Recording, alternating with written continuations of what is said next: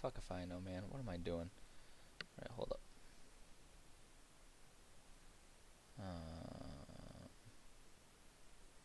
Alright, yeah, I guess I'm going.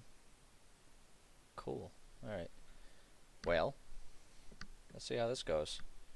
Don't suspect I have anyone watching, and I don't expect to have anyone watching at all tonight, but well, you know what? We're just gonna go ahead and give it a shot here because it's something that I want to do, and the fun part about it is it literally cost me nothing to give this a shot. So here we are.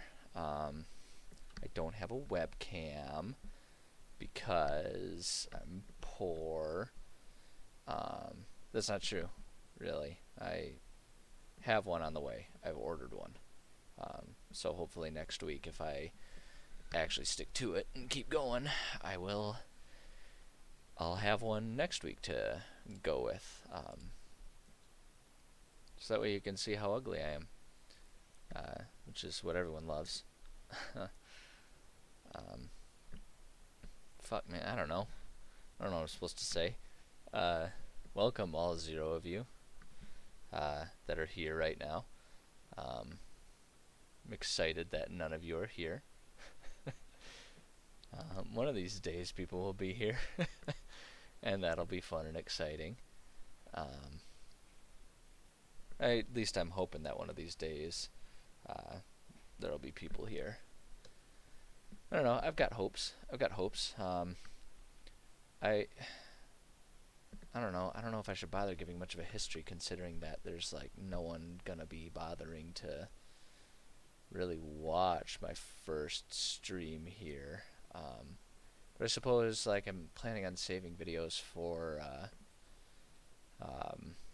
I don't know, like the YouTube channel that I'm working on throwing together for this and stuff like that. So I guess I can give kind of a bio.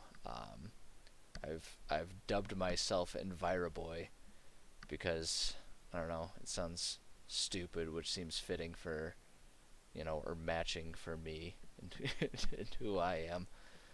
um, yeah, I've done myself that because by day, am just some guy who works in environmental health.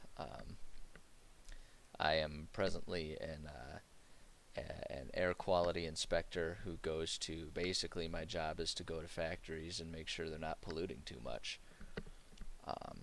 And it's kind of an interesting job and situation in that it's both tremendously boring and tremendously interesting at the same time.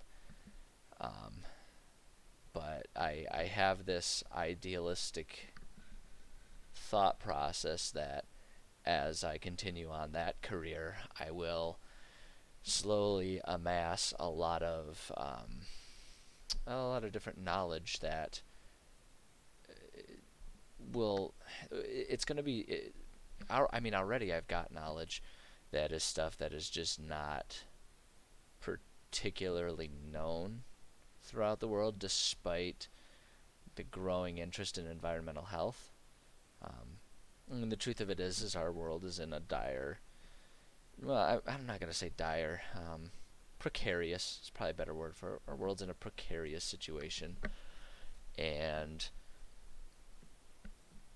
there's a lot of concern about that, but there isn't a lot of widespread knowledge about just what the average process is for how that gets managed and how we can go about solving the issue on a day-to-day basis. We all hear the same old, you know, reduce, reuse, recycle, and all that kind of stuff. But I feel like there's this weird expectation that solving the world is, or solving the world, solving the environmental issues of the world is necessarily something that falls upon the shoulders of the everyday citizen to somehow find a way to, you know, when I think about the context of living in America, somehow find a way to reduce my carbon emissions while also not having options like a bus or a train to get to work. And so there's this weird contradictory message that we constantly have kind of thrown at us, and I think it's an unfair message because I think there's a lot more to it than that. And I've got a particularly unique perspective into that. So all of that long-windedness to say that I want to share what I know. I think it's too bad that I'm kind of stuck gaining all of this complex, detailed knowledge about how environmental health works, how the problems that we see these days sort of come to be problems. Um, like I've just got all this knowledge about this kind of stuff, the background information that I don't think is too much for the average person to understand, but there's not really a good venue for it to be shared and disseminated. So I have this idealistic view that hey, maybe if I can kill two birds with one stone and do something that I enjoy doing. I love the concept of streaming. I love watching what projects other people are up to, whether it's creative projects, whether it's playing video games, whether it's competition, whatever it is. I love watching the cool and awesome things other people do. And I would love to share some of the cool and awesome things that I do. And I think one of the coolest and awesomest things that I do is work on a daily basis to try and save our planet. Um, so that's what I'm doing here. And I suppose time will tell on whether or not there's any shared interest in that. But one of the other cool things that I do is I spend a lot of time working on and obsessing over D&D. So that's what we're going to do here today is I'm just going to go about some of my writing process for creating my own homebrew world for D&D. Because I don't think there's anything that needs to be exclusive about that. I think it'd be awesome if people wanted to steal my ideas. I mean, what avenue would I ever have to publish any of this crap? No one is interested. I mean, that's not true, but I mean, it's there's barely a market for official D&D content, let alone what some goober does in his apartment here. So rather than try and make a quick buck off it, I figured I'll just share what I'm working on because I think it's fun stuff. I think it's cool. Um, and the cool thing about being brand new to this whole streaming thing and not having any followers is I know that none of my players will be watching. So I can go ahead and talk about all of the fun stuff that I'm doing without them spoiling anything. And if that ever changes, one of these days we'll have to figure out something where I'll have to make it a rule for my games that people can't watch me while I'm doing my writing streams. But we'll cross that bridge if we ever get to it. So I suppose maybe I can go ahead and, again, there's no one really watching, but for the sake of archiving my videos and all that, I can give just sort of a basic intro. Let's see here. So here is my world. Eventually. We'll get there. I don't have cutting edge computer. It's a solid computer, but it's not gonna win any awards. At any rate, this is my world. This is the world of Zaoria, as I call it. And it is big, and there are lots of things in it.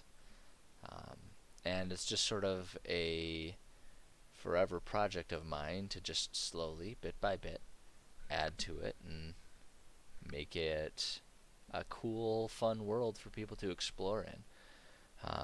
Let me see. I'm going to go ahead and zoom in here.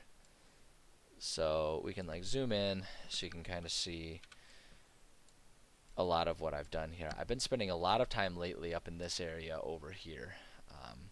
Kind of the Lost Lands, the Saltwind Coast. And I'm not going to spend too much time going into a detailed description of everything in this world because that would take probably the full 2 hours that I scheduled to try this. But you can see there's a full world, and you can see the scale. We're not goofing around here. Like one of these hexes is roughly 120 miles across. And so when you think about the fact that we've got 40 some hexes across, the it's a big world. It's a big world, and I'm proud of that. I'm proud of the effort and attention and love that I have given this world, and I'm proud to share it with people. I'm excited about it. I love playing this goofy imaginary game with friends, and I love creating and coming up with new ideas for it. So, like I say, I've been lately working up in this area.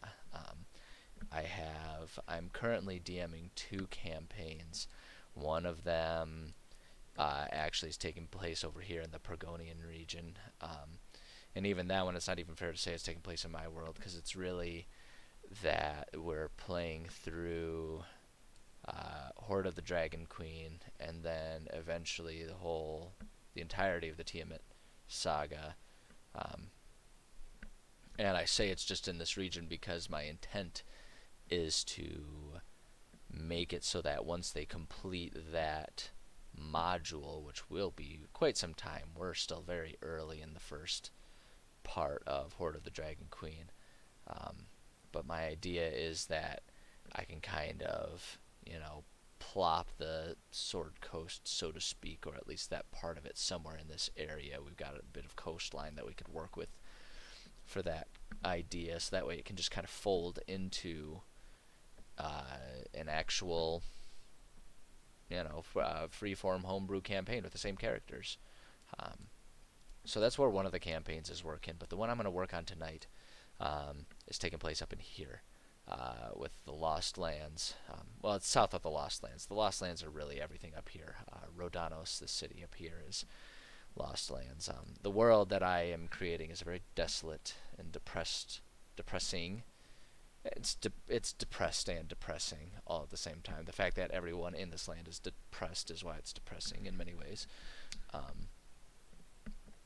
But this world is one that is after a cataclysmic event in which almost the entirety of it was sort of left to ruins. The big city names that you see here, Walster, Strathwell, Fosvik, Muffafetting, all of these cities, these are the few stronghold cities that still exist. The rest of it is entirely wild and untamed land for all sorts of different evil monstrosities and corrupted beings to roam and do with what they please. And so I'm just kind of like idly going through here. Anyone who's watching this is probably going to get a headache. I'm so bad at this. I have no idea what I'm doing. I mean, I guess I shouldn't even say that. I did try getting involved in streaming back when I was in college, but man, I look at the calendar, that was like 10 years ago. Whew. Man, I'm not ready to be a midlife crisis age. This is stupid. Maybe that's why I'm still doing this. I'm clinging on to what vestiges of youth I might still potentially have inside of me. Which is why I still wear hoodies and drink Monster. Jeez. What was I saying? I don't even remember what I'm saying. Oh yeah, so the world is kind of messed up, and we've got people, or I've got some players playing in this area. If you zoom in here, you can see they are presently right in here. This is very. It actually almost looks better quality on the stream, just because the compression makes it kind of smooth out. They're over here in this Bisayat region over here, working on a campaign, or not a campaign, a quest, to try and basically there's a tomb of one of the most ancient beings that exists in the mortal realm, and they're trying to find treasure. Honestly, it's a group of guys. It was like a friend of a friend situation. They had heard through friend of a friend, through a shared friend, that I did some dungeon mastering. I knew kind of the spiel, the dealio there, and they asked me to lead them on a pirate campaign. Anyone who's familiar with D&D understands that it's kind of tough to start a whole bunch of new players because none of these guys had any experience. So, and it's tough to dive into a first session ever as captains of a ship. So they started off as a group of people who are wannabe pirates, who are just doing a little bit of land, some land treasure hunting. And so they're naturally going to defile a tomb of a near holy person, um, as D&D groups are often wont to do when they every D&D group does the exact same thing where they almost immediately come down with what I call hero syndrome, where they recognize that they're meant to be the heroes of the story, and so they sort of do whatever they feel like without any concerns about whether it's right or wrong, because they're the heroes. How could it ever be wrong? um, so they're working there. In Besaid, they're working on that. But what I'm going to be working on there, so Besaid is a corrupted area. It's out in the wilds, as I call it. And they started off up here in Bepamat, which is really the only. Where's my zoom tool? They're really the only stronghold city anywhere near. Because Rodanos, like I say, that's up in the Lost Lands, which, while a lot of this land is sort of beginning to recover in a way because we have these stronghold cities that are able to like slowly start pushing out their borders and getting some small uh, satellite communities in nearby regions going. The Lost Lands, that's not been the case. For some reason, the monsters, the messed up beings, corrupted beings that exist up in here are just they're as fierce as ever. I mean, I know why that is, but players don't know. All they know is that anyone who has ever tried to do an expedition up into the Lost Lands has either returned rapidly with far fewer people, or they just flat out don't return at all. Um, so it's a messed up area. So Rodanos, trade secrets, is a stronghold city and it's alive there, but no one else in the rest of this world recognizes that. No one knows that because Rodanos has never had a successful expedition. It's the same story. Someone leaves, and within a day, either they return with half their numbers or they just don't return at all. So as far as the world knows, Rodanos is gone, and sort of right along the arc that the words create there is about the borderlands, or the borderline from where it goes from potentially conquerable to don't bother. So with that in mind, you can see here that Bepamat is it's a particularly isolated city. Most of these other cities are, there's a main highway leading between all of them. And there is still the highway to Bepamat, but the cities that would have been along the coast here as sort of trade routes have all fallen, and they have not been recolonized. So Bepamat kind of is a very, very isolated city, and that's where we had them start. So they started up there in Bepamat, got into a little bit of hijinks, almost got accused of murder, became very obsessed with stealing a corn cart, very Avatar cabbages in essence. Bought a donkey and traveled to Besaid after finding about a clue about there being a particularly famous rich dead person buried in a shrine over here near Besaid. So they're working on that, but what my plan is, because they want to be pirates, I want to get them going on that. I don't want to string them along too long and too arduously. So I'm gonna give them, once they return, I'm gonna give them an opportunity. One of the characters' backstories is that of sort of a smuggler, like a criminal underbelly dealer of sorts. And so I'm gonna have him, with one of his contacts, have an opportunity to Long story short, he was betrayed. Him and his ship members were betrayed because there, as these cities are trying to recover, there is some trade that is beginning to happen again in this world. Armored and armed, guarded, I don't know, whatever you want to say, guarded convoys are traveling along the main highways. It's a costly endeavor. It doesn't happen super frequently, but they do it.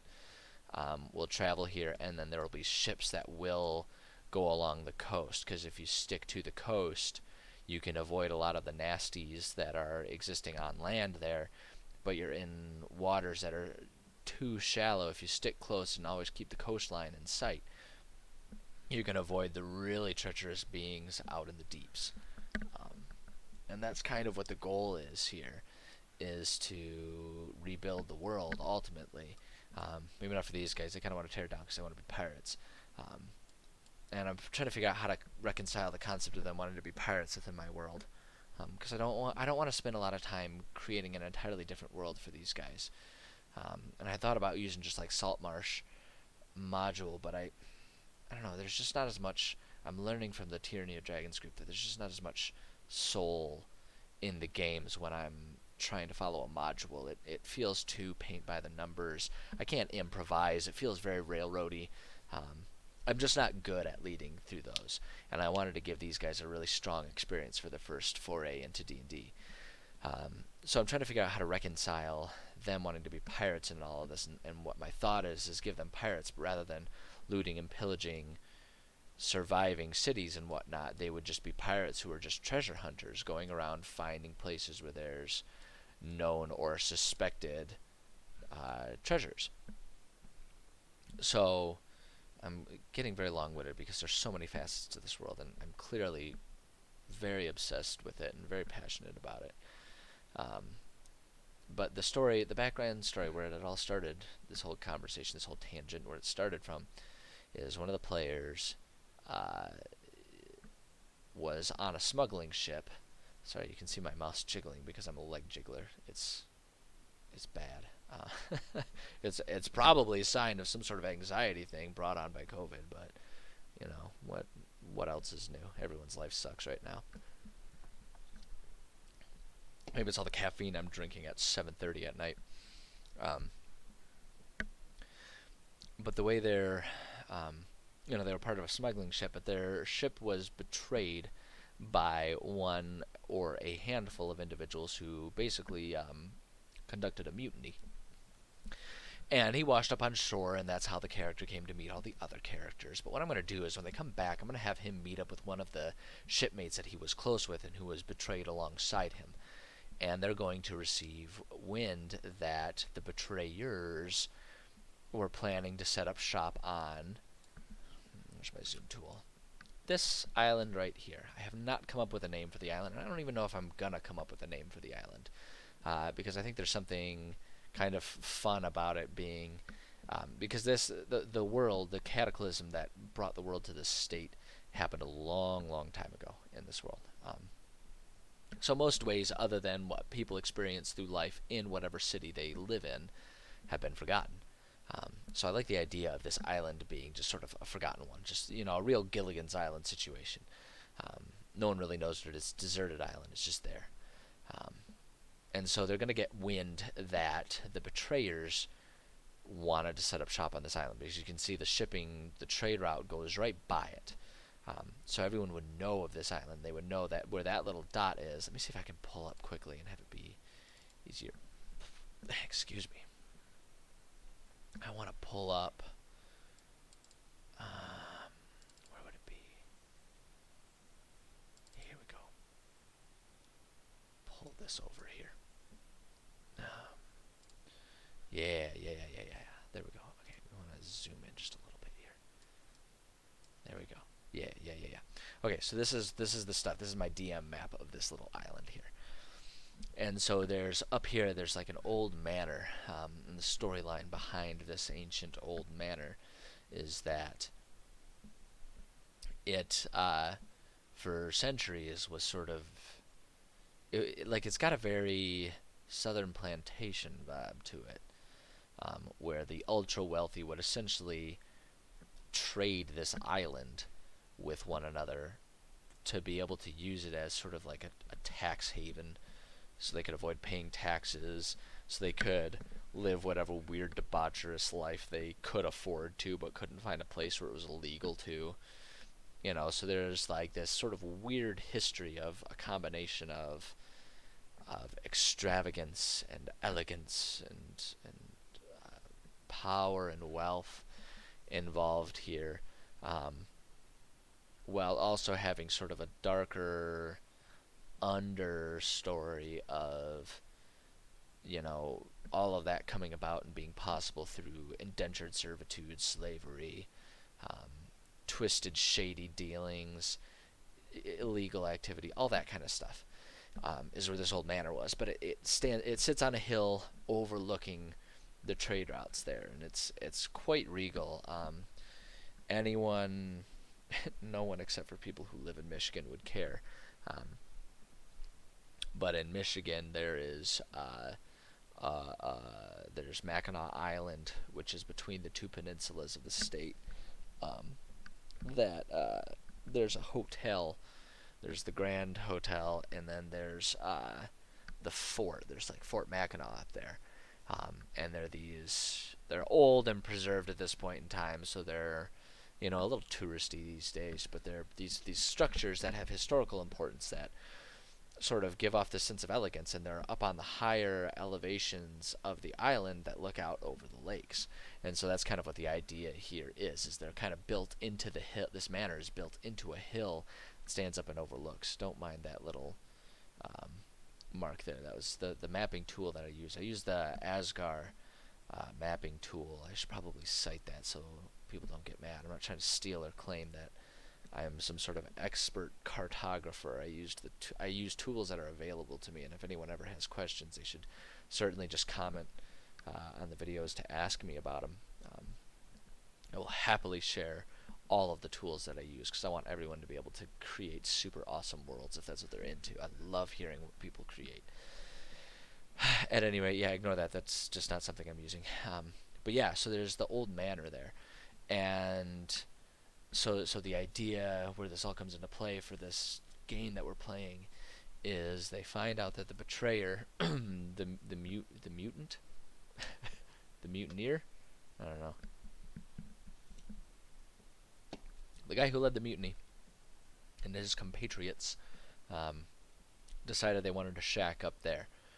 Seemed like a good place for them. They could have a good, strong overlook for if anyone came after them for revenge, like as I'm clearly going to instigate, because that's my job, is to play God and get people in trouble by playing to their own obsessions and whims. Um, so that's what they're gonna find out, or that's what's gonna lead them to this island. What's gonna happen is, and we'll get into the process of why I have 5 things here. But essentially, they're gonna get here and they're gonna find out that the people who committed the mutiny did not find the safe haven they were hoping to find, because the old manor was not actually abandoned at the time. And the lore of it goes that the most recent owner of the island, prior to the catastrophe, or as I call it, the unhinging, the most recent owner was a very sick man who, very vain, very unconcerned with other people and how his actions impact other people. And so when everything started going down, when the unhinging began and the world started being just sort of ripped asunder, he basically bought up a bunch of slaves and sailed away to his island, and to run and hide there, thinking that he could just live out his life, forcing his slaves and concubines to serve him while the rest of the world fell apart. Unfortunately for him, so the nature of the unhinging is basically just a whole bunch of tears in the mortal plane were ripped open by some unknown cause, and left open a bunch of windows to all of the different ethereal planes, the philosophical, the elemental, all of them.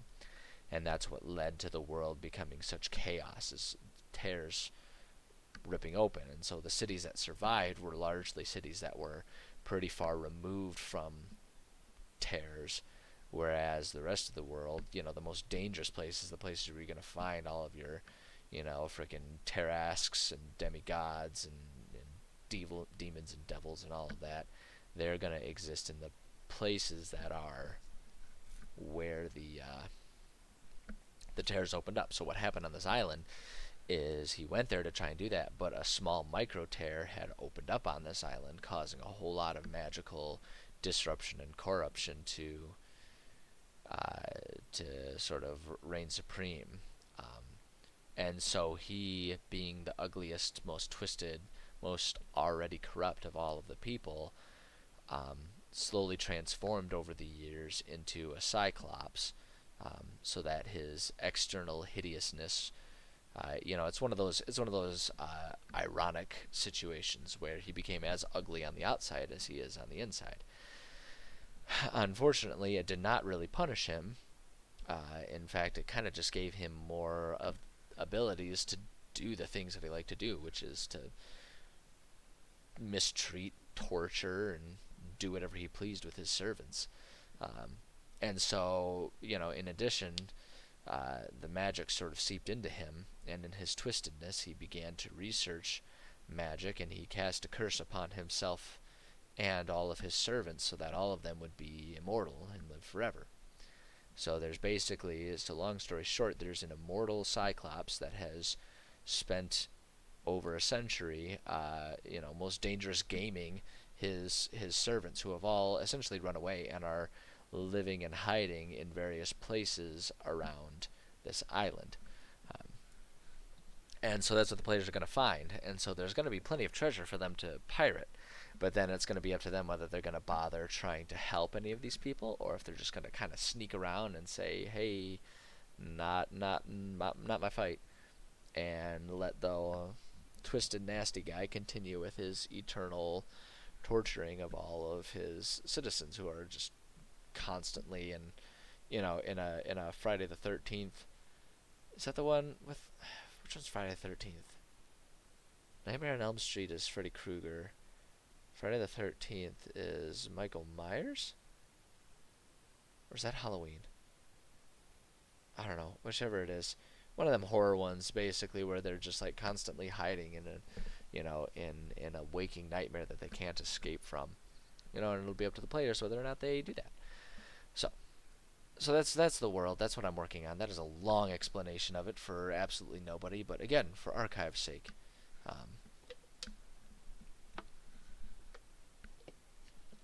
We're going to work on writing a little bit of that.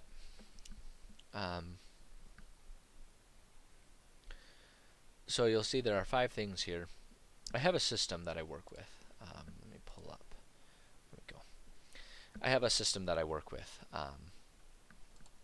As you can see, I have quite a few tabs. I am obsessively organized, and that's something that kind of comes with the nature of my work. But I'm obsessively organized about this. And you can see I have a whole lot of different tabs for different things. I've got my 2 groups up here. My stories, that's just where if I've got ideas that maybe one day I'll try to experiment with writing fiction.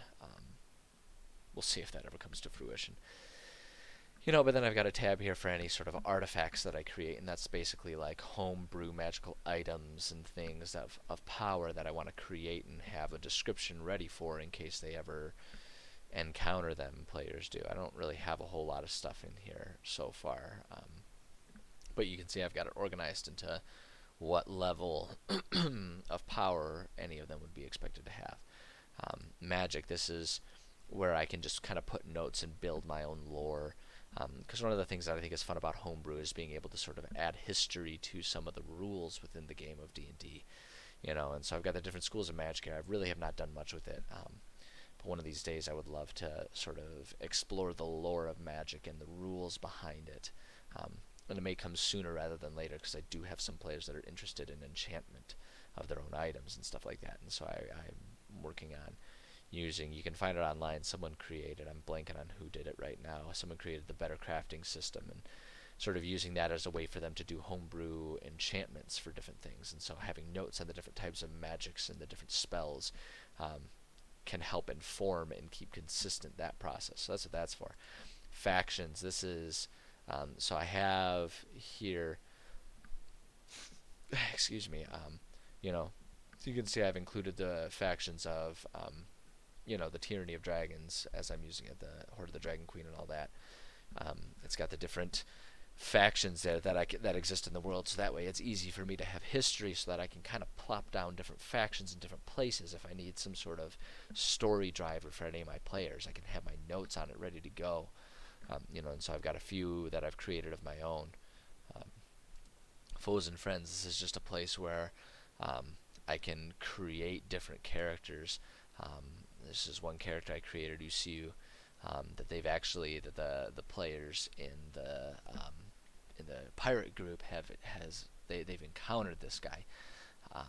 So it's just, this is a way for me to create characters that have more background and then come back to them, because if anyone has ever DM'd, you will know that players have the tendency to fixate on even on characters that have no purpose to the story at all. You can be sitting there and they can be like, I'd like to go to just the general store, and you can be like, okay, you meet Bob at the general store. And they're like, Bob, what's your story? What do you do? Can we help you? Who's haunting you? What kind of jobs do you have? Can we become best friends? They fixate on this. So this is a way for me to, this is a place for me to create these characters, so that way if people become obsessed with them, I can keep notes on them and I can pull them up and just sort of give the players what they want, that sort of fixation, that friend for them to be obsessed with. Races, same with the magic. This is where I sort of add some history of races, and one of the important parts about this is, because I'm creating my own world that has its own history and its own lands and everything, I can maintain consistency about regions where you might find different races, where they came from, what their histories are, which really informs then the Foes and Friends, the different characters that they make, and can help me guide players who, if a player wants to create a half-orc, I can pull up the half-orc. I haven't really written much for the half-orcs. I spent a lot of time on the Aarakocra, so let's use that as an example. If someone wants to, write an Aarakocra, you can see I've got all this history in place of where the Aarakocra belong in my world, so that way I can help inform them on what would be a good, impactful, consistent, and meaningful, impactful and meaningful kind of mean the same thing, a good, meaningful history for their character that makes it easy for them to find value to where their character comes from, and attachment, so that way as the story goes and as the game goes on, they can find easily some motivations, rather than trying to come up with everything and worrying about whether or not it's cohesive with everything. History, this, I'm considering getting rid of this one. This tab is mainly just meant to be a timeline system for me to kind of create. So like here we've got the Rough Zaria timeline, right? And so here's all the different eras, the epochs that have happened in this world up to, we've got the Unhinged era, which is the current era that I'm working on, and that's what it is. But I like to have these eras because I had this idea that any artifact that I make would have a place in time as well.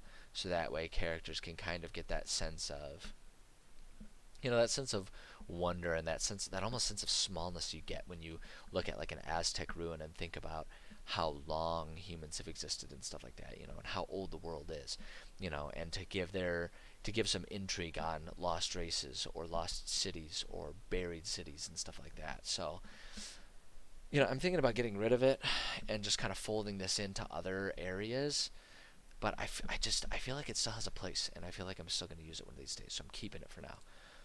Pantheon, this is kind of related to magic, but this is for all of the different realms that exist, and it's meant to be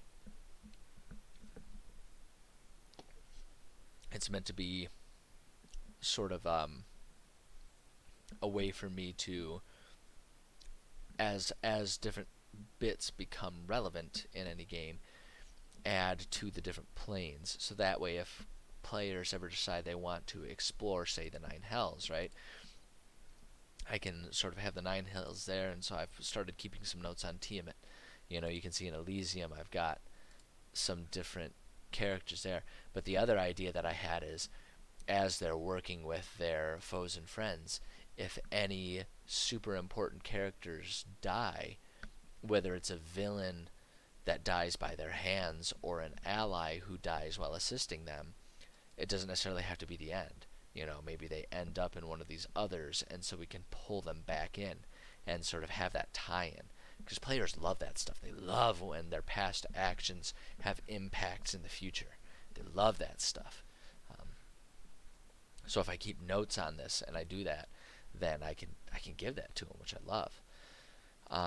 So these three, the Wilds, Outpost Cities, and Guarded Cities, this was originally where how I was organizing the Atlas with these three, but I've actually just converted it to doing an Atlas tab, because I found trying to force everything into one of these three tabs was a little too restrictive. So instead I've got the Atlas, which I think flows better, because I've added the grid system over top of it. And on the map, you can see on the map it's, where's my zoom? Oh, we're already on the zoom tool. You can see I don't have it labeled here, but it does follow a standard A, B, C, D, E, so on and so forth. 1, 2, 3, 4, 5, 6. It's got a grid system, so that way each hex corresponds to one of these, right? So what we're working on, the island, is in I4. And the reason that it became more convenient to do it this way is because then everything can be kind of tied into a tight packet. So I've got I4 here, which is the hex we're working with, and all of this stuff that I've already written here, this is mostly just random tables for them traveling through the area, as well as some basic history about the important parts in this area, right? And that's where I write down everything that I was just talking about with, the old manor and where that comes into play. So I've kind of folded all this into there, and the only reason I still have these is because rather than try to painstakingly in one go copy and paste everything that I made into where it belongs in the Atlas, I can just kind of go about playing the game and writing new things, and then as I'm like, oh wait, I created something in G7 or whatever, then I can be like, G7 is going to be in this region, the Thul Muldur Mountains, right? And so then I've got the Desert Hermit here, right? I've got that little thing that I can then copy and paste it where it belongs in the Atlas as it becomes relevant. So it's still there, and one of these days I will retire and delete these three, but it just isn't worth the energy to do all of that. Then we got mechanics. This is where I put any sort of homebrew rule set that either I create or I steal from subreddits or something like that. This is where I keep all of it compiled, right? So that way, so here's crafting, right? So here's some ideas from crafting that I had, some economy rules that I created, because D&D's economy is confusing and not always 100% consistent, I find. And so I've just kind of taken the liberty of creating an easier to follow economy that's just always consistent, even if it results in some things being kind of weird. If it's consistent, it's easier for the players to handle rather than never knowing exactly what anything costs. I've got some basic math rules on what, an enchantment of whatever level would cost. What is a legendary, magical item cost, right? And so it can just be sort of these basic rules so everyone has a basic idea of what it is. And then I also include random tables that I've either created or mercilessly stolen from places. And so like one of them that I've done is I've got this D100 of books, because they found a library at one point in time and they all wanted to find books. I was surprised at how interested all of the characters, all the player characters, well, the players were making their characters be, and just finding a book. It's like, geez, you guys are going to be pirates, and here you are reading. So, I made some stuff up on the spot, but now I've got, just a D100 book thing. So anytime they go to a library and they're like, oh, I want to see if I can find a book about this. So I'll be like, well, okay, well, here's what you do. Roll D100. I've got a 100-sided dice that I call the Jawbreaker. I'm like, okay, roll the Jawbreaker, see what book you find. Right, and so here's 100 books that they can find. And, I may end up in some duplicates or something like that. We'll cross that bridge if we get to it, but That way it just kind of makes it an exciting thing. But that's where mechanics. And then a holding section here, this is basically where I put a whole bunch of stuff where it's like, if I've ever written anything, like a lot of this stuff is copy pasted stuff that I wrote in Word documents on like a different computer that I emailed to myself. You know, it's places where I've got stuff that just doesn't belong somewhere yet that I'm going to add somewhere. You know, so like I've got a whole bunch of shops here, pre-made shops, and they're all kind of named, but it's like if a city, you know, if it comes to play that there's a city that I haven't really filled out yet, and players are like, oh, but I want to do this. Well, I can pull up the standard, if they're like, oh, I want to find a candy shop, then I can be like, oh, okay, well, here's the candy shop. The template that I've got is the Broken Tooth here, but then I can just kind of copy and paste that into the city. So that way it's there. It's basic economy rules. No one's going to know the difference if the inventory is the same from store to store because they're all candy shops. Of course, it'll be kind of the same. Um, but it can just be quick and easy places that I can copy and paste stuff into.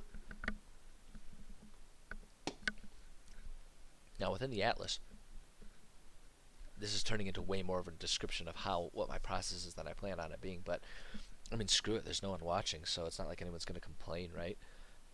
Hey, who cares? I'm going to do whatever I want. I'm unstoppable. But one of the things that I've done here, you can see at the top here on my menu, I've got I've got consistency guidelines, and these are ways for me to make sure. Again, one of the things that I think is so important to maintain when I'm writing is consistency within the world. Even if they don't consciously recognize it, it bothers players when there's some sort of inconsistency, right? So players get consistently pissed off at bosses that have legendary actions because it breaks the guidelines, it breaks the rules, right? No, you get one turn, you get an action, a reaction, a bonus action, and a movement. And that's it. That's what you get. And so the concept of legendary actions where, a monster can just be like, no, your magic doesn't impact me, or I'm going to take an extra attack whenever I feel like it. That stuff always bugs players, which that's the point of a boss. They're supposed to hate the bosses, right? But when it comes to just writing and creating a world, players hate that, and I don't want them to hate my world. I want them to love it, and I want them to be able to sort of learn how the world works and be able to trust what they learn. So I've got this big list of different consistency guidelines, and a lot of this is in terms of, like, most of it is to make sure that difficulty follows a recognizable pattern, so players can have an idea about when they're getting in over their heads or when they can handle a challenge, right? And so the nature of this world is the farther they go from the cities, the more deadly things are going to be. And so I break things into basically 5-level groupings, right? So the safe regions are regions where there's an actual city, right? So the hex here with Bepimat right here, this hex is a safe region. So, and it's basically everything that goes in here is manageable by a 5-person group of level 1 players, right? Level 1 characters. And that's the idea behind it, right? So there should never be anything in here that any group can't handle. When you go out here, that's where, it goes out 1, 2, 3, 4, and then even beyond that is even more dangerous, right? And it radiates out from the different cities. So, there'll be some locations like right here with Konigheim and Strafwell, right? So 1, and then Strafwell is right there, so it's like, so Konigheim right there, 1, and then 1, right? Or 1 right there, because Strafwell is down there. So 1 and 1.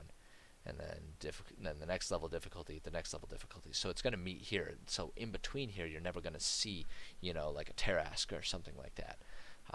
And so that's why these cities are probably going to thrive a little bit more, because it's a safer route there. But it also gives players an idea. They can look at a map and be like, okay, if we're delving into the Tholmulder Mountains up here, like in this area, this is very far away from any city. So this is probably going to be an extremely dangerous area, as you can see, and as you can see in the map, I use all these dots as placeholders for eventually doing some big important stuff when I get to writing it. And so that gives players an idea. If they see like, oh, there's something about coming to this mountain here, they're going to look at that and be like, we're level 7, I don't think we should be heading into that right away. And so if I maintain the consistency with that, it helps make sure that that players don't accidentally get themselves in way over their heads. Is the idea I'm going for. So that's the consistency guidelines, all right? So we've got safe, we got starting out, which is levels 1 to 5, exploring 6 to 10, world weary 11 to 15, heroes level 16 to 20, and then there's the demigods, which is sort of after play. If players get their characters to level 20 and they're like, we want like the Dark Souls experience, we want to have our characters go down in a blaze of glory and possibly die. It's like, okay, we can go to this region, the demigods, where you've got a cohort of 3 ancient dragons who have decided that they want to conquer the land, and so you need to go fight 3 ancient dragons all at once. It's like, okay, even at level 20, this is foolish and unlikely to work out. But that way they can really challenge themselves and have fun with that, right? In the middle of the ocean, that's where the Tarrasque is going to emerge from. Freaking Godzilla of a character comes from the ocean, obviously. So that's what that stuff is for, right? So that's what this is to help keep things there. And you can see wandering encounters got rules for how difficult a wandering encounter for a region should be. So because starting out is for levels 1 through 5, if they're level 5, the wandering monsters should be easier for them to handle than level 1. So rather than always just like randomly giving them something that's like, oh, this should be a medium challenge for the level that they're at right now, it's like, no, this region is designed this way to be somewhat not very dangerous. So if you're level 5 or above, it's going to be pretty easy for you because everything here is designed for somewhere around level 3. Because then the flip side is at level 1, it's going to be tough. It's going to be tough. You guys are going to have to be careful when you're first exploring out. And I just have it written down here so I never forget, because I think it's really easy when you're writing a big project like this to have have your ideas kind of drift from course if you don't have milestones, map markers to follow as you're going. And so that's what I'm trying to do here, right? Wandering encounters. So for territory, hex leaders, wilds and outpost cities, in this area. So this is for like. So I had this idea, and it's not something I've really explored, and I'm probably gonna not worry about it too much. But anytime I do go to it, I've got the rules there. The idea is that each of these hexes has sort of like a boss of the area, and I'm kind of following it, but not explicitly or intentionally. But the idea is, if there's the boss of this area, of the Basayet area here, right? Whoever the boss is with the challenges, then the theme of this hex is going to be that boss and whoever his lackeys would be. And so that helps offer some consistency in terms of what types of monsters you're going to find, and that can be informed by the environment of the area. So like this area is very desert and savanna area, so, and over here it kind of becomes a bit more tropical oasis of sorts. But within this area, it's going to be that kind of stuff. So it's like, who is the biggest, baddest of any of the dungeon monsters in here? How does he rule over his territory here? And what kind of lackeys will he have? And so that way I can have a challenge if there's like if I ever decide to throw at the players a mission where it's like, okay, we're trying to establish a city, a waypoint for a trade route on this hex right here. Who's in charge of it? Who do you got to take down? What's that process going to be, right? So they can kind of think about overthrowing if that's the type of story mission they want to do. So that's what all that's for. And then dungeon enemies are set to dungeon level. Every time I write a dungeon, I have one specific level for the characters in mind, right? And the idea is that it should be an average challenge, not too hard but not too easy for the people of the matching level, right? So if you go into a dungeon that's designed to level 8 and you're level 6, it's going to be tough for you. But if you're level 15, then it's going to be easy, right? And I don't necessarily want that to always be obvious what the level of the dungeon is. Instead, trying to kind of use story progression of a region to do that, because each region will have one dungeon of each of the associated levels. So every world weary region is going to have 5 dungeons, one for intended for levels 11, one for 12, one for 13, 14, and 15, and so on. And so the idea is that when they first enter, something will draw them to that first level of difficulty, right? Something will draw them to that one, and then that will sort of point them towards the next one, and so on and so forth. And so if we want to use that context, if we come back to here, what we've been talking about, so what's going to happen is it's not necessarily going to force them to be in a shipwreck, but because of the currents and the nature of the ocean at this point in time, Shipwreck Beach is going to essentially be the most logical landing point. Even if it's without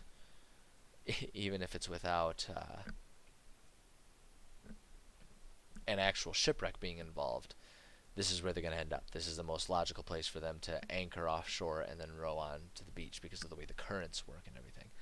So they're going to explore Shipwreck Beach, and that's going to be the first quote-unquote dungeon, right? And so there's going to be monsters there. It's Shipwreck Beach, so there are a lot of shipwrecks there because when the unhinging happened, ships at sea were kind of thrust there because of the way the currents work, right? And so there's a whole lot of shipwrecks there, and my idea, I haven't started writing it. That's what we're going to eventually get to writing once I'm done explaining everything about my world, because I'm a huge nerd and I'm hugely obsessed with my world, and I love the idea of sharing it. They're going to start off there, and we're going to work on that tonight.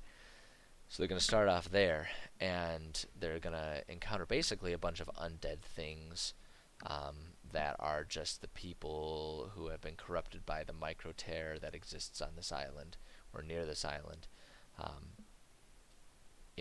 That's where the deceased individuals have been impacted by that and have turned into just various like zombie-like wretches. And so the dungeon is basically, if they want to, they can choose to explore some of the different shipwrecked or chunks of ships that have been wrecked there to try and find whatever treasure or valuables exist in them. And of course there will be plenty of treasure, because if players are not amply rewarded, they will be quite disappointed in the game and they will lose interest. It's not their fault. I don't blame them. How often are you playing a video game and the video game never rewards you? You're like, this is stupid. I'm not playing this anymore. Compared to something like Borderlands, where they just drown you in loot and everyone loves it. And I don't mean that sarcastically. I love Borderlands. I love loot shooters. At any rate, that's what it's going to be.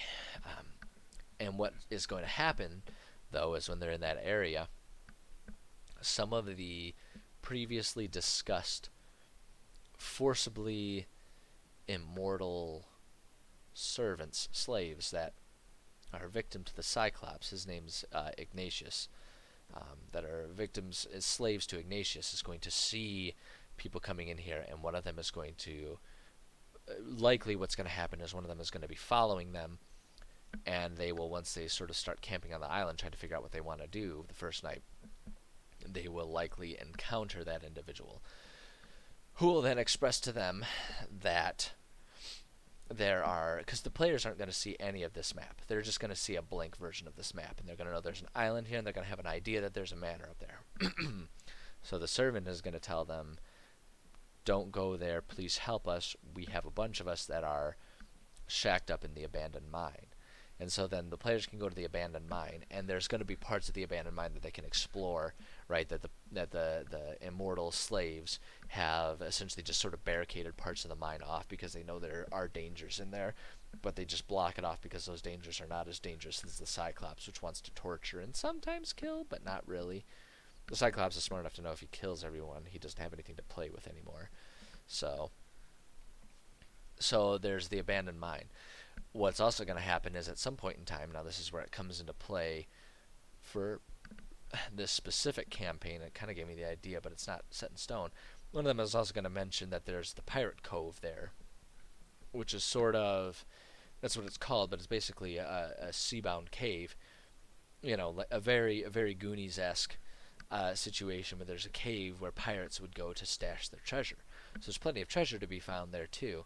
And what's going to happen is the players are going to I'm going to implant the betrayers, the mutineers that the one player is after, they're hiding out in the pirate cove because they landed here, and he's probably going to recognize in Shipwreck Beach. I'm probably going to have him recognize the shipwreck of his old ship, right? And so they tried to come here to hide out, found out that they were going to get their salads tossed by a by a cyclops, and have instead decided to hide out there so they can have a confrontation with them in there, right? So we've got level 1, 2, 3 there, and already we're kind of, I'm kiting them, but never at any point are they going to be forced to do that. If they choose to, they can go straight to the old manor, right? If they hear those people and they're like, we're not interested in helping you guys, I'm curious about this old manor, right? Those guys might tell them like, geez, be careful, there's like a cyclops up there. They might be like, sweet, and they want to do that, right? And so, but at any rate, 1, 2, 3, and then from there, once they've handled situations in the Pirate Cove too, and I might give it to them right away, so players can choose whether they go to 3 or 4. But then level 4 is going to be dealing with this, or no, that was going to be level 5. Was going to be dealing with the Cyclops, because they're also going to mention the strange currents and whatnot. Over here is a whirlpool that has been going since the unhinging. That's where the micro tear is, and that's where the magic is radiating out from, right? And so that's why the tip of it kind of hits here, and why it takes a century to corrupt someone into being a Cyclops, and why it doesn't necessarily corrupt all of them, because the slaves themselves have not been corrupted. They were pure, they were innocents in the situation, and the magic just sort of amplified the ugliness within. These individuals were not ugly individuals, they were desperate people, and so they've been largely unimpacted by this particular brand of magic, right? But it's like, that's the outskirts of it, and so that's where the terror is. So the players, I'm probably going to feed them information on, there being a tear there, so players can choose how they want to approach it. They can try and see if they can heal the tear in the world, if they so choose, to try and end the immortality, or they can go and hunt down the Cyclops directly, right, to end it. And the idea is, for me, is basically like the convenience of it. Like level 4 is going to be up here for the whirlpool, right? If they do that, just by being stronger from having gained the experience and the levels involved with taking care of the whirlpool, they will be stronger, and it'll be easier for them to handle the old manor. But then you can kind of hand wave it a little bit and say that, by closing down the portal, or the tear rather, you have weakened the Cyclops, Ignatius, who's living up here, and it will give them the opportunity then to sort of hand wave and explain why it might be easier. Or instead, if they decide to bypass that and go straight to there, it'll probably be tougher because they won't be quite as leveled up. They might not have as many tools. It'll still be doable for them at level 4 if this is designed for level 5. It'll just be a real challenge for them, right? So that's my method of kind of kiting them along and giving them ideas and something to pursue without explicitly saying, your next task is to go to the old manor. Because players love a sandbox. They love a sandbox. And they love when they think they've stumped the DM, which is why I am obsessive about putting in every detail. So that way they can't stump me. But they can still have the pride of making a decision and thinking that they're trying to stump me. Right? So that's what we're working on. So I have, at this point in time, this is something that I just recently started working on. So as you can see here, we've got, like I described before, we've got all of our sort of our random encounters for when they're there. But now what I want to work on is the actual Shipwreck Beach. Now, one final thing that I can sort of mention that I've done is, you can see I've got some templates here. Now you can find them online for free, and it's something that I'll probably post. At some point in time, it would be good for me to post this stuff if people are interested. Maybe I can, like, in my Twitch channel description and my YouTube channel descriptions, I can put links to all of the tools that I mentioned using, or that I do use for my DMing stuff. I can work on something like that. We'll see. I don't know how this works. I don't know how any of this works. I don't know what the etiquette rules are. So if anyone goes through my history and decides they wanted to watch this episode, and you hear me wondering what the hell I'm supposed to do for credit, just let me know, and I'll retroactively take care of it. because I don't know what I'm doing, man. I have no idea what I'm doing. But at any rate, someone took the time to make it pretty here. But the important part is I've created for myself templates of stuff that I would like to have. And I've basically broken it into 4 things. Territory templates, which is what I used for the I4 for the whole hex here, right? City template, so this is for an actual populated city. Like this is where we're going to put in information for Bepimat and stuff like that, right? And so I have the important things here that I feel I always need when I'm DMing. Like this is just stuff of my own creation, and there's nothing to it other than me having put in what I find I need. So, I find that having some history about the city is important because people will like to do some research on the city sometimes, right? Especially if there's going to be a mission within the city. What's the history of the city? Where does this, that, or the other thing come from in the city? Um, Demographics. What type of people are they likely to see here? Is it young people? Is it going to be older people? What races are going to be super common here? Are you going to be finding lizard folk? Are you going to be finding humans? Is this an elven city or something like that? Like that stuff matters to players. They care about that, and it plays into the races here and character histories too. So we've got a tiefling in one of our games, and they were curious about this is the one with the new players, and they thought they were super cool, but they were like, I don't really know what kind of history a tiefling would be, and I'd be like, I got you covered, bro. I got you covered, right? And so we can talk about what sort of cities they'd be from, right? The demographics of each city. Talk about the leadership. So is it a monarchy? Is it a democracy? Is it a republic? What kind of government is going on here? What kind of leadership, right? And then so I can describe what the leadership is, but then I can also discuss the specific people. So if there is a monarch, I put monarch, but really it's the leaders. Who are the main people that operate within the city? And then we have underlings. So these are sort of the people who aren't leadership but are still important. So if they're like, oh well, we need to find the city Castellan, right? So that would be an underling. Castellan is an important character.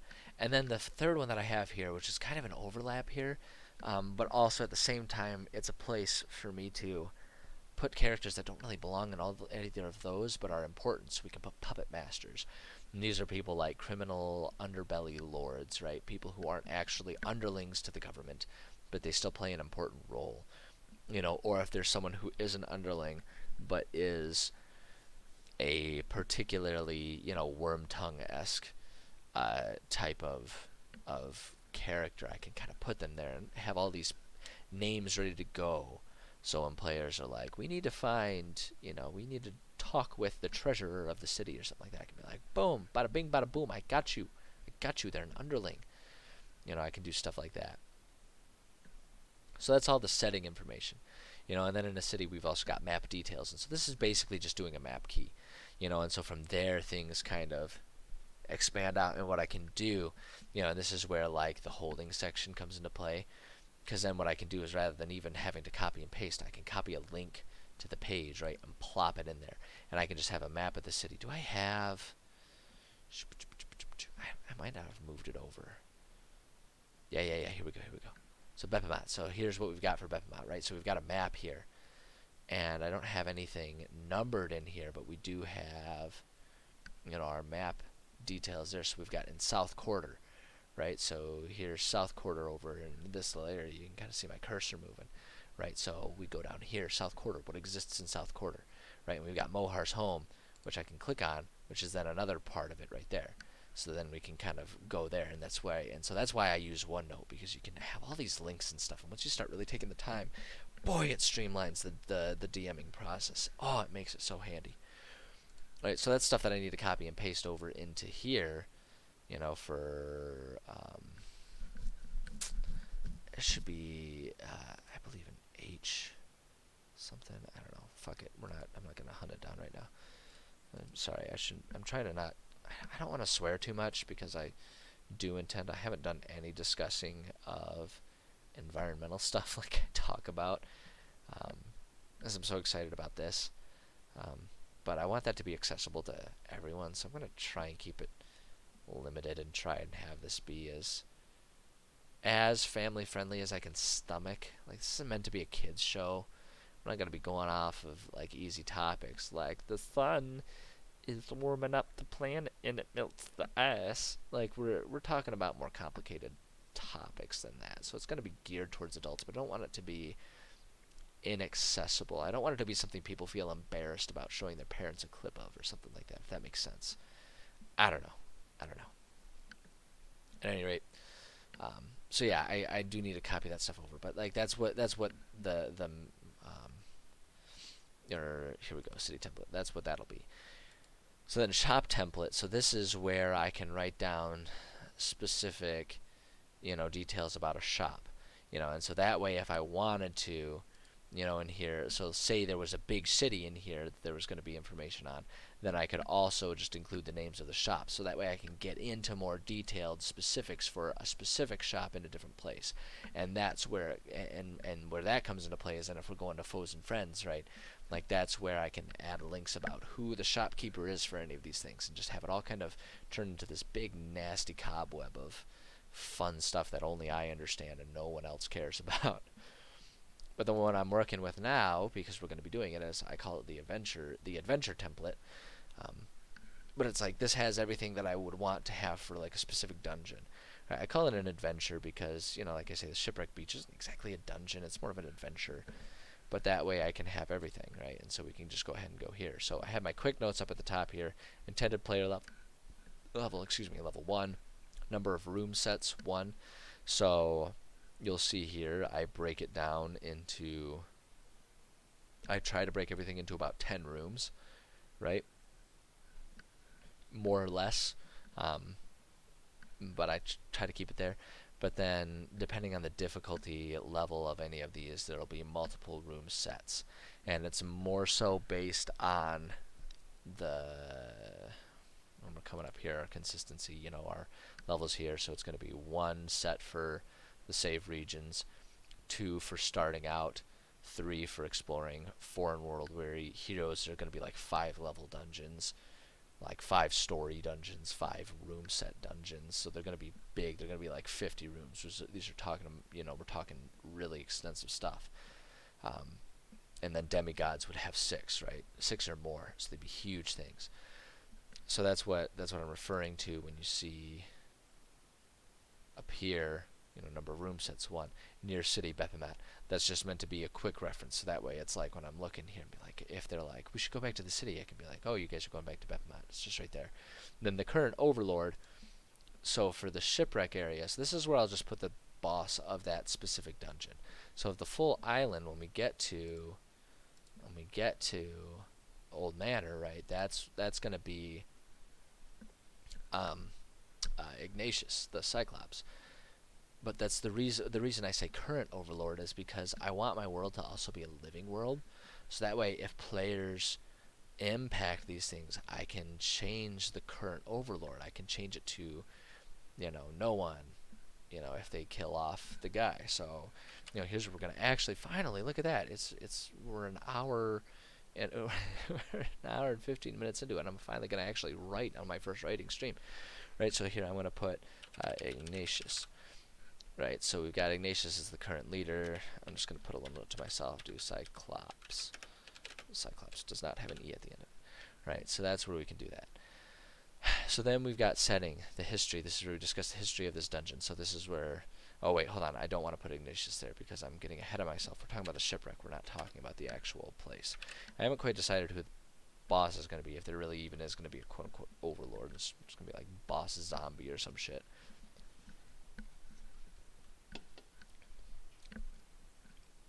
But then in the settings, so the history. So obviously history is pretty self-explanatory. It's just the history of this dungeon. What's the deal with this dungeon? What's the deal with this place? So let's talk about it. So let's start actually kind of talking out loud through my writing process for anyone who's interested, which is presently like nobody, but that's cool. That's cool. I'm not even upset. I'm not even upset that I don't have anyone viewing.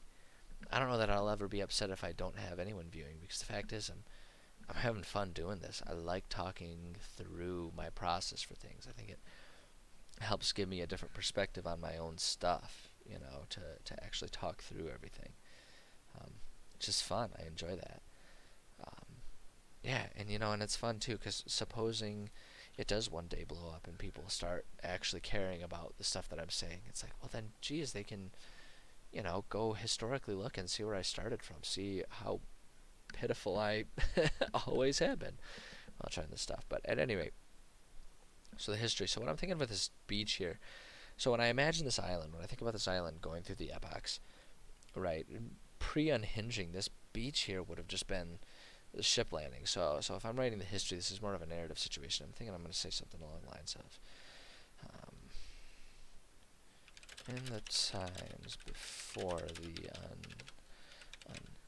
unhinging, this beach was less of a shipwreck beach and more of a functional landing beach. Ships would set anchor a ways offshore of this part of the island, and sailors would take dinghies. Did I spell dinghies right? I know there's an H in there somewhere. Dinghies? That can't be right. That can't be right. I'm looking that up. I don't believe it. I don't believe I got that right. A small boat. I did. If anyone watches me writing, you'll learn very quickly that I have a passion for writing, but I don't have a skill for writing. I have no training in this. I went to school for biology, I don't remember if biology is considered a hard or a soft science. I don't remember, but at any rate, my exposure to the arts was through the honors program, where they would have like an honors curriculum that included a couple art or literature courses, right? And that was like the extent of it. Everything else for me was biochem, ecology, all that kind of stuff, environmental ecology, all that kind of stuff. And so I'm so bad at writing and spelling. I consistently, going like all the way back to elementary school, I had teachers, we'd go to parent teacher conferences, right? And, like my mom wasn't going to call a babysitter just for a freaking half-hour thing, so I would just go and I would sit on the other side of the classroom, and anyone who can remember that, and anyone, geez, I feel like I even observe it. I don't have kids, but I feel like I observe it all the time, when there's friends or family who have kids. People talk about kids as if they're not in the room when they're right there in the room, right? And I specifically remember, I have strong memories of like the parent teacher conferences. I'm smiling while I'm saying this. It's funny to me now, but I have these vivid memories of being super uncomfortable about the fact that I had to pretend like I didn't hear my parents and my teacher gossiping about me while I was in the room. Because they would have you in the room because they didn't trust you to sit out in the hallway during parent-teacher conferences. They didn't want you screwing around and breaking stuff. So they'd have you sit in the room and they'd be like, okay, go in the corner with the coloring book. And you'd go there with the coloring book. And you just sit there and you have to pretend like they weren't talking. At any rate, I have vivid memories of sitting there and feeling super embarrassed because my teachers would consistently have to tell my ma and my dad that that I was so bad at spelling. I would get consistently like, 6 out of 10 on the spelling shit, and it's because I couldn't get the different theirs correctly and all that kind of stuff. All my life, all my childhood, I remember that. And it's just not something I've really ever gotten the hang of.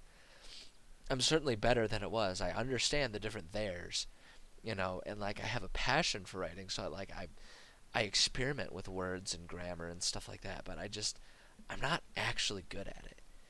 And so the fact that I got dinghies right because I remember there's an H in there, I'm pretty proud of that. But at any rate, in the times before the unhinging, this beach was less of a shipwreck beach and more of a functional landing beach. Ships would set anchor a ways offshore this part of the island, and sailors would take dinghies to the land along with whatever passengers or cargo they had. But due to how do I want to say this? Due to an altering of nearby currents, we'll do parentheses because this is DM nodes. This is largely impacted by the micro tear and resultant. A lot of times I write like I do for my job, where it feels very technical. It feels very report writing, which for DMing I think is really functional and valuable. Not the best if I were trying to write fiction, but that's not what I'm working on right now. Resultant whirlpool. The once calm beachfront is now a treacherous patch of water to navigate. As such, many ships have crashed into the beach since the unhinging took place. These days, the beach looks like a graveyard for boats of all sizes.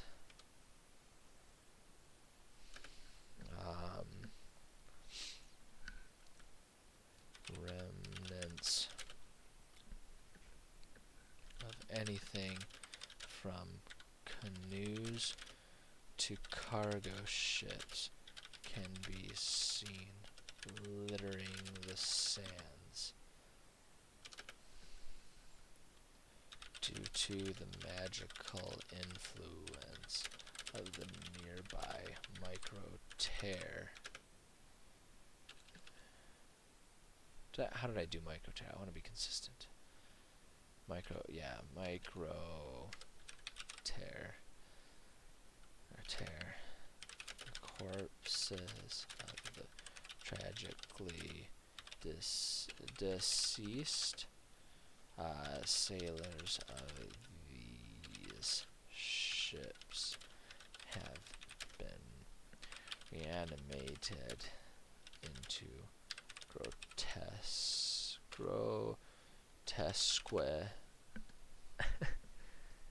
That's like how I learned to spell, is by being phonetic. By using phonetics when trying to spell. So it's like, obviously the word grotesque is spelled, like grotesque is said as though it was spelled grotesque, right? Grotesque. But I remember it because I know that it, I just say in my head, every time I type it out or write it out, I say in my head, grotesque, right? So I remember it's got the QUE, right? That's my trick, is I just goof around with words. And it's also made me pretty good with puns too, because I'm constantly playing with words and how they feel in the mouth and how you can say them in funny ways. And grotesque, sea zombies that shuffle for eternity due to the curse placed on the island by Ignatius in his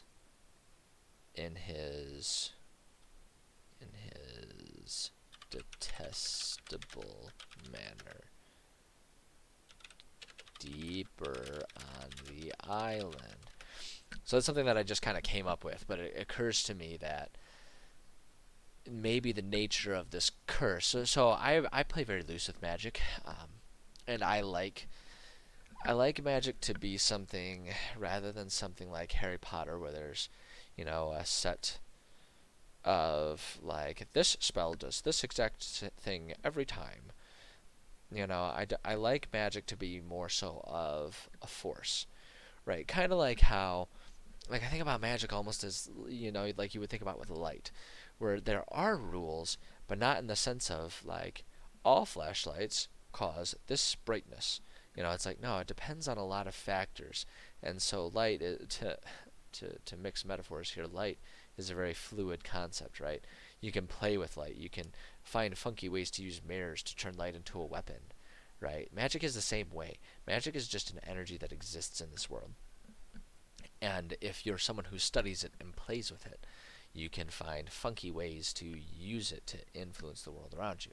So when I think about this immortality curse that Ignatius has done, I'm not thinking about like, well, the rules say that there's this spell that can be used for this thing. No, no, no, no, no, no. Like for the sake of ease of combat, you do that, right? That's to add rules, just like how you use a sword. It's like a sword does this much slashing damage, but we all know there are an infinite number of ways that you can attack with a sword. You can use the butt end, right? You can throw it. You can stab someone with it. You can slice it. You can slice the arm. You can slice the leg. You can slice the head. Like there are a bunch of different ways. You can use the broadside of the sword. Like there are a bunch of different ways to use a sword, right? And so you establish rules for the sake of it being a balanced game that people can understand. But the point of the rules also, when you get people who are experienced players, you can see this all over the place when you watch, particularly when you watch streams of people actually playing D&D. You can see people who play with the magics and the powers within, and their weapons and stuff within the game. And so that's how I like to treat Magic. I like to treat Magic as something where it's an energy that can be played with. So when we're talking about this cursed island that I'm working on here, and we have, Ignatius, who is a Cyclops but is also magical. I mean, obviously within the rules as written, the Cyclops is not a particularly magical creature in the sense that he doesn't really cast magic or anything like that. But I don't see a reason why a Cyclops who exists as a creature that's the result of magical corruption of this island. I don't see any reason why he from made like sort of retaining his human knowledge couldn't explore different books within the manor to learn about magic and learn how to bend it, right? And so he created this he created this why am I blanking on words? This curse to put on people to make them immortal. But if he, maybe the curse isn't tied to the individuals that he made immortal. Maybe the curse is tied to the island in general. So anything on it is immortal. So maybe the players themselves, by entering the island, entering the influence of it, have been made immortal. And then it sort of, you start thinking about how would that impact any other creatures? How would that impact an undead creature? How do you make an undead thing immortal? And to me, that just basically would mean that it would stop the decaying process, right? And so it would be a zombie that would just be there forever. And so you have victims of this shipwreck that are there for, centuries, and they're just shambling around. And so that's how you can result in these weird waterlogged forms of zombies, and so that's where this idea comes from, right? So there's our history. It doesn't need to be a whole lot, right? We have our history in place. So let's move on to the next section here. So the next section that I have here is our thematic elements. And so you can see in the template I've described for myself so I can remember what it is I'm trying to get at. So thematic elements. Discuss the following items here. Can be as bullets or paragraphs depending on what fits best with the adventure. So enemy type and theme. So we've already, by working on our history, sort of established here enemy type and theme. So there's going to be a couple different enemy types. I'm thinking coastal creatures, so we can have like our crabs and stuff like that. and undead. I'm going to put parentheses, skinned as waterlogged zombies. So we can have these creatures here. So now one thing that I like to do also, so we have, within our consistency, I have challenge levels and enemies. So based on what I'm setting, you know, what level we're working on for the dungeon here, I have set challenge, and this is just to make things easier for me, make things more streamlined, to make it less of a pain in the keister to think about how many enemies should there be, right?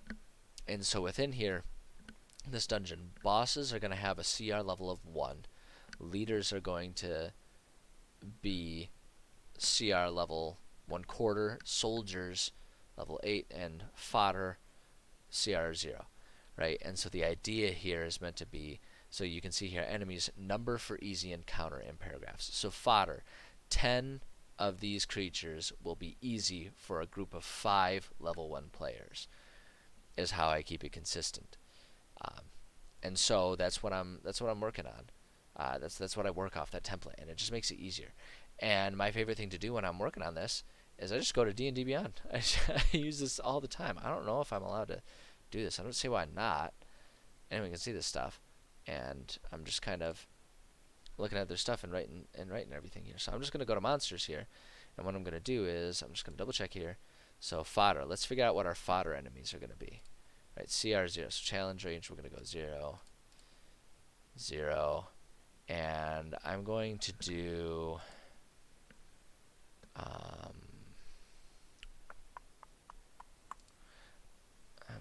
yeah, all monsters. I'm not going to worry about choosing a specific type. Instead, what I'm going to do is we're going to go with coastal. I'm going to filter the monsters. We're just going to see here. So we've got crabs, cloud giant, flute. So crab would obviously be a good one.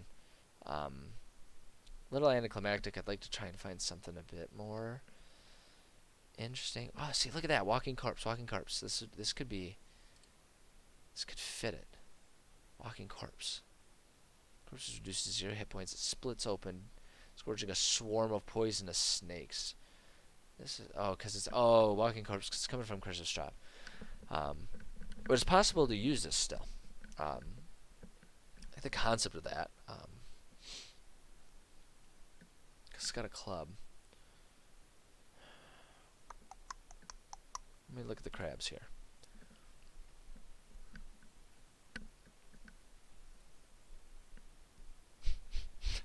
One bludgeoning damage. Any number of these guys better be easy for any number of players. I don't know. Like when I think about it, if I saw like 30 crabs storming at me, I'd run. I'm not gonna sit here and try and survive 30 crabs pinching my legs. Screw that, man.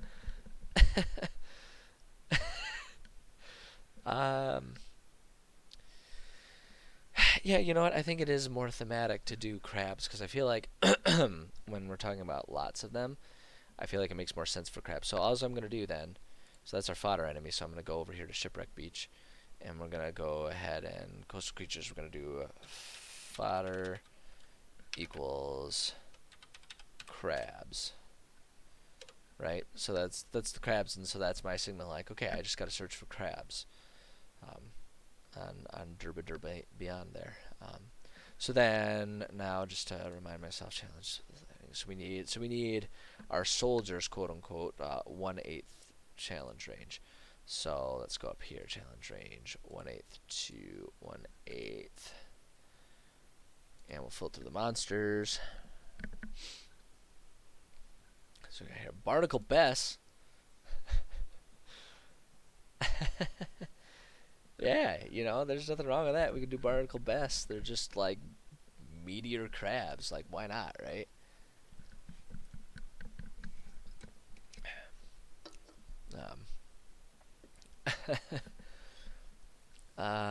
We could do that. Dolphin. Oh my God, can you imagine? Can you imagine a bunch of dolphins just attacking them?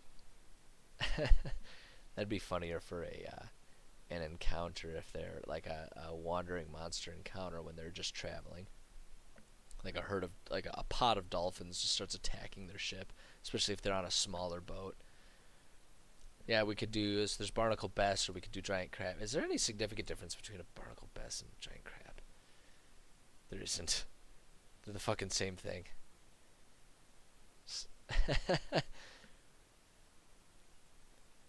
Medium beast. Ah, but this one's lawful neutral as opposed to being unaligned.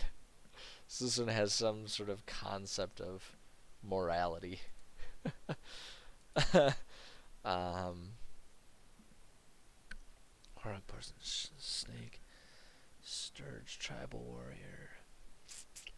Yeah, let's just do giant crabs. Let's do giant crabs there, because what I'm thinking is like the fodder and the soldiers, the crabs and the giant crabs.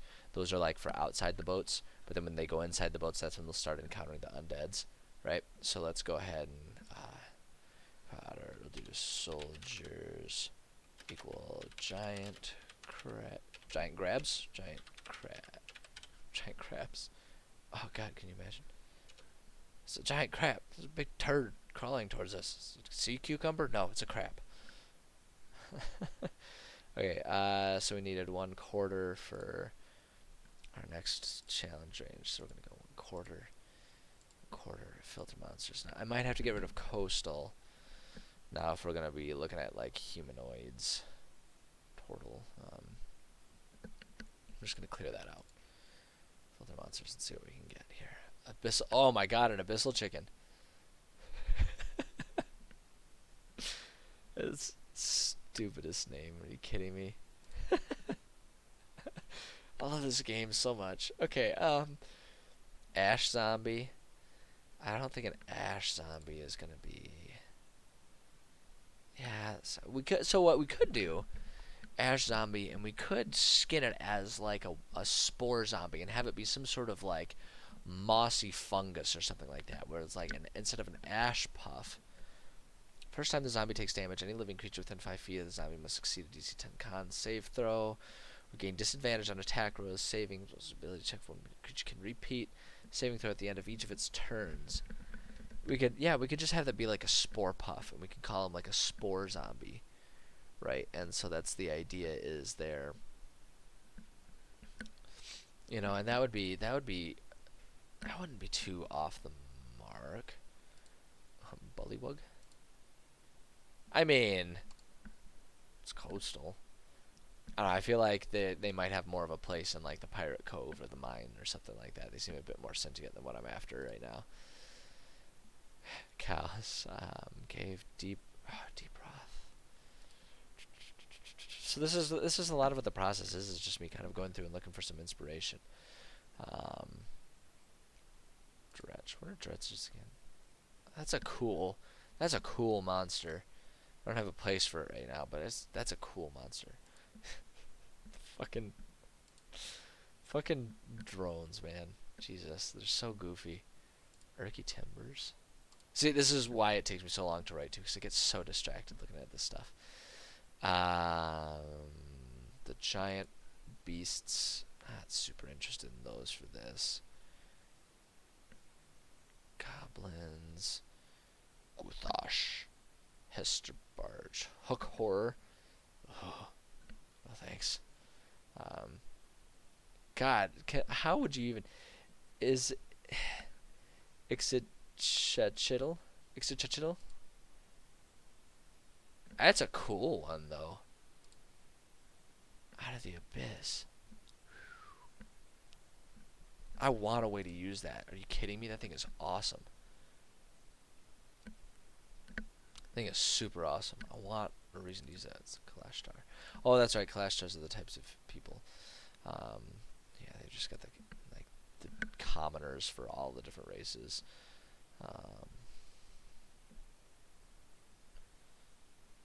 Obelix spawn. That wouldn't be the worst either. They could just be like liquefied zombies. That's where the immortality, like their bodies have fallen apart. I don't mind that idea. That might be a good one for the mines or the shipwreck cove as well, though. That's the fun part about this. I don't have to be limited to what I can fit in this one. you know, I know that I've got some other stuff coming up. Um,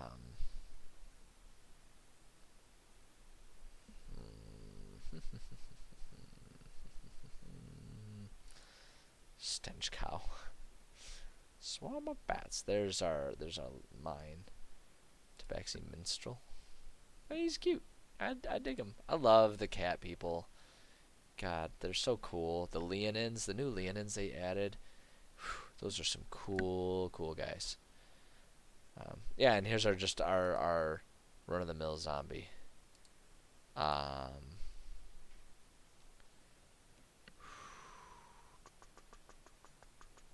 I'm gonna go with the Ash zombie. Honestly, I think that was a cool idea, and just like reskinning it as a spore zombie, and just calling it. That's what I want to do. I think that's really cool. I think that's a really cool concept. Um, and I think it adds. I think it just adds a bit more flavor rather than just like, oh, it's a zombie. Like I think it adds a bit of that thematic sense to it. So we're gonna do leaders, Ash, zombie, skinned as moss covered, moss quivered, moss covered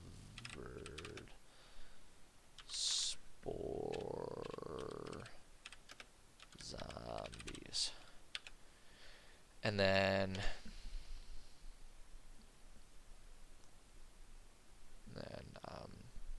it's supposed to be, yeah, the bosses, yeah, CR1. So I say bosses, but really the idea is that there's one boss there, and I have it set to just one of them being easy because it's more fun when the boss has underlings fighting with them. And if you make the boss too challenging, if you make the boss's challenge level too high, uh, it, it makes it actually a lot easier because there's just the one thing, so everyone can just wail on the boss. So it's much more of a challenge if you have a boss that uses meat shields in essence. So we're gonna go then challenge range level 1.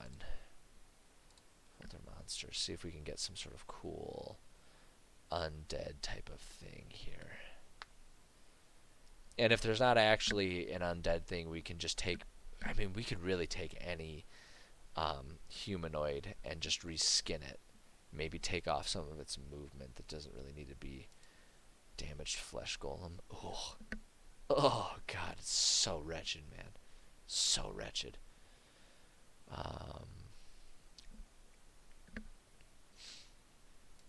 Dread warrior. So pretty cool. That wouldn't be a bad one. Um, what do we got here? Evil mage, female steeder.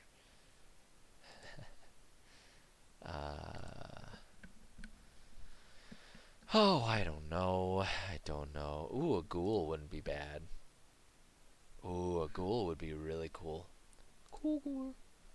We'll keep the ghoul in mind. A giant octopus serving as the puppet master for all of them.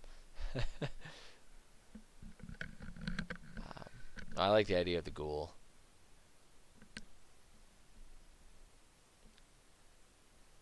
Husk zombie. Oh, that wouldn't be bad. Were they like Curse of the Husk humanoid slain by a melee attack when the zombie revives as a husk zombie on its next turn. Ooh, that's twisted. That could play into the concept of that immortality. Well, I guess it doesn't really. I don't know. It's one of the problems with using the immortality on an undead, because immortality isn't supposed to mean impervious. But if you have undead zombies, it sort of implies that they would also be impervious. I don't know that I want to throw that at some level 1s either. Husk zombie burster? Are you kidding me?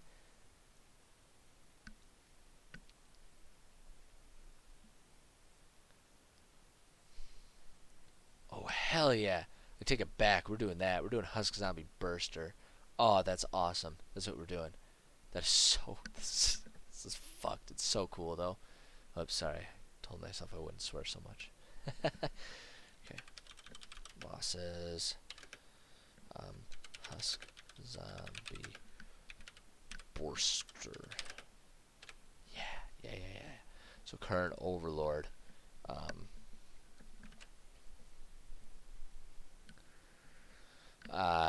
Current Overlord. So maybe the Burster is just like the one of the captains of one of the old ships. So we'll say corpse of Captain. I don't know. What's a good pirate captain name? Pirate captain. Like I kind of want to give him like a real name too. Like none of this like Captain Blackbeard, like Captain Solomon or something cool like that. Captain. Corpse of Captain. Yeah, fuck it. Yeah, screw it. Let's do Solomon. Solomon.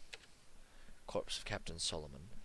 Yeah. I like that. And there can be, and just for the sake of flavor, if they're exploring some of the, if they're exploring the ships and that's where they encounter Solomon, the Huskburster, they can find like a journal or something that talks about him and talks about how he can feel his wound getting infected and like turning him into this burster. He's like there's some sort of growth swelling in him and he can feel it's almost like he can feel the spores crawling around in him or something like that, and that's what turns him into the burster. Ooh, I like that. Okay. So current boss of dungeon. Corpse of Captain Solomon was the captain of one of the ships. The ship was caught in the currents during the unhinging and crashed on the beach. Solomon was injured and the wound became infected. He died when his body was so full of bacterial spores that he could no longer survive. Undisturbed, the body remained full of dormant spores. Dormant spores. When Ignatius cursed the island, Solomon's corpse was reanimated, turning him into a husk zombie burster. Boom. There we go. We got some history going on here. Treasure and reward types. Treasure/reward types. This is all just going to be pirate treasure. Jewels. Gold. I don't know what else isn't a pirate thing. Jewelry that they pirated from some places. Stuff like that. We'll do maybe a nice sword or a telescope.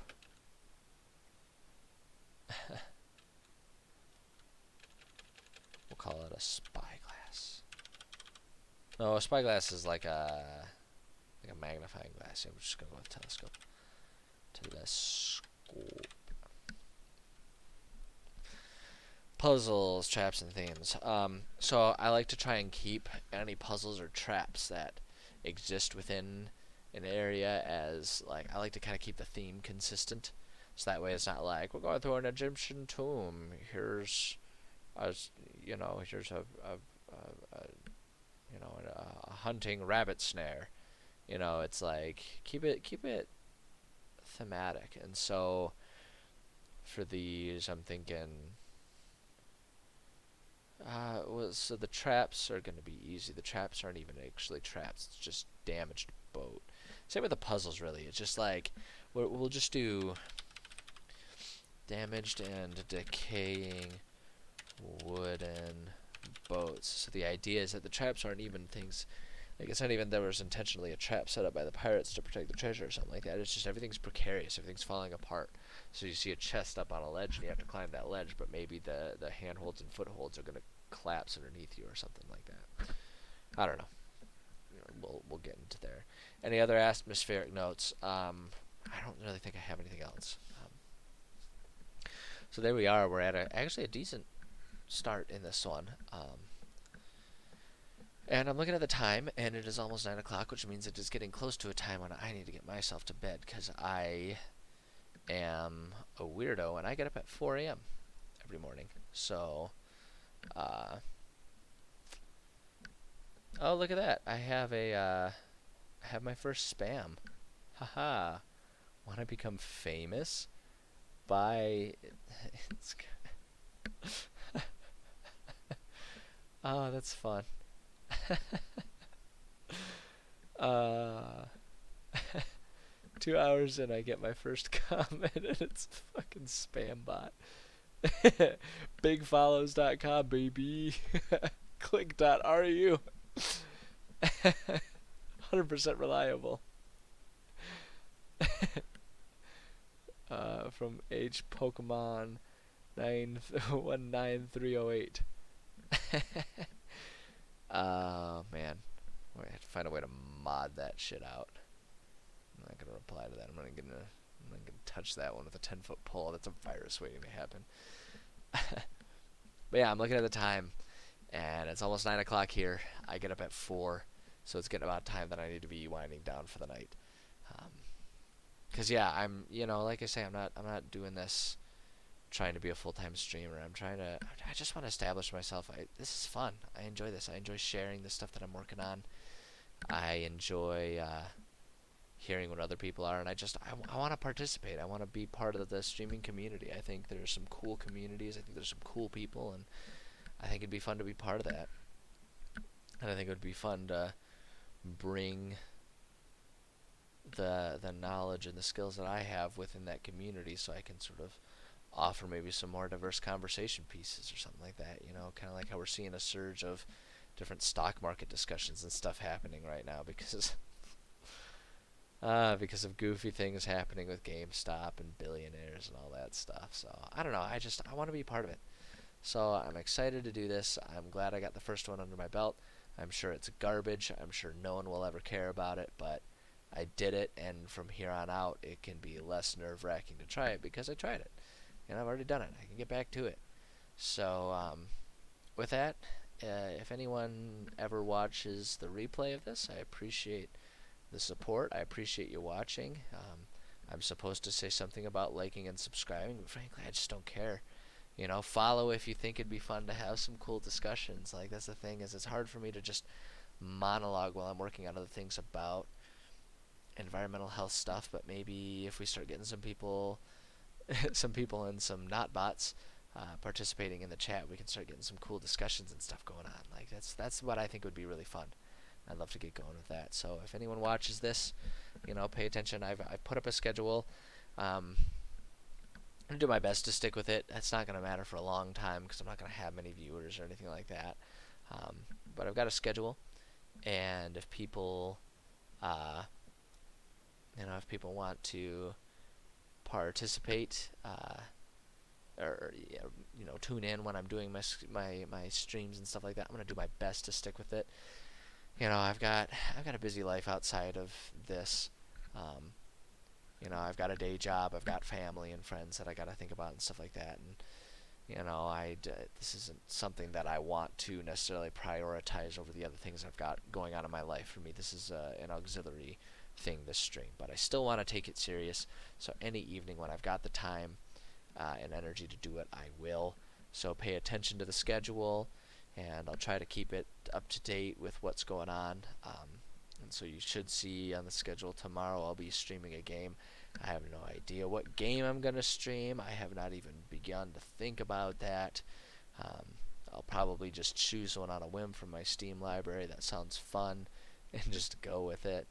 Um, yeah, so I don't know. We'll figure this out. I'll just kind of keep experimenting with this and figuring it out, and maybe getting some viewers one of these days, and yeah, we'll go from there. So, yeah, like I said, anyone who's watching the replay of this, I appreciate you stopping by and giving this video my first stream a replay. I don't know. I dig it. I think it'll be fun.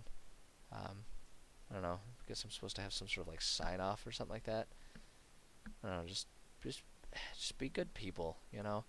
I feel like we don't have enough people just trying to be good people right now in the world. I feel like everyone is trying to be something or trying to be someone, but no one is just trying to be a good person.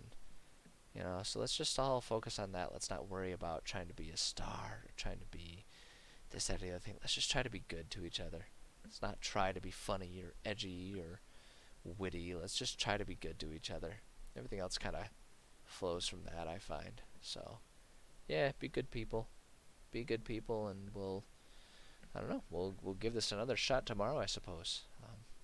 So yeah, nighty night.